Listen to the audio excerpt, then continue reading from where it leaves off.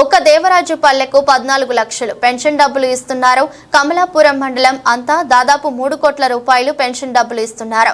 ఇంత మంచి పని చేస్తున్న చంద్రబాబుకి కృతజ్ఞతలు తెలిపిన కమలాపురం గౌరవనీయులు చైతన్యారెడ్డి 7,000 ఇచ్చినాడు. వచ్చినాయా అందరికి? పోయిన నెల 7,000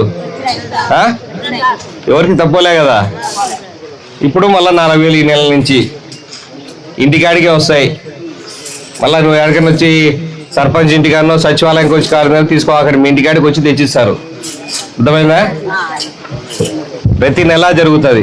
ఇదొక్క మండలంలో దగ్గర 3 కోట్లు పెన్షన్ ఇస్తున్నారు. నెల 3 కోట్లు ఒక్క కమలాపురం మండలంలో. దేవరాజపల్లిలోనే 14 లక్షలు.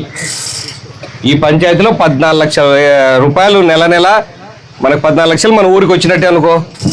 మీ చేతిలో పడితే వచ్చినట్టే కదా అందరికి కలిపి. ఇంత మంచి కార్యక్రమం చేపట్టినారు చంద్రబాబు నాయుడు. మీరందరూ ఎప్పటి నుంచో మనం ఆయన నమ్ముకున్నాం. ఈ 3 పల్లెలు 4 పల్లెలు ఎప్పుడు కూడా మనం ఓటు తప్పకుండా ఆయనకే వేస్తా వస్తా ఉన్నాం. దానికి ప్రతిఫలంగా ఆయన వచ్చిన తర్వాత చేస్తాడు.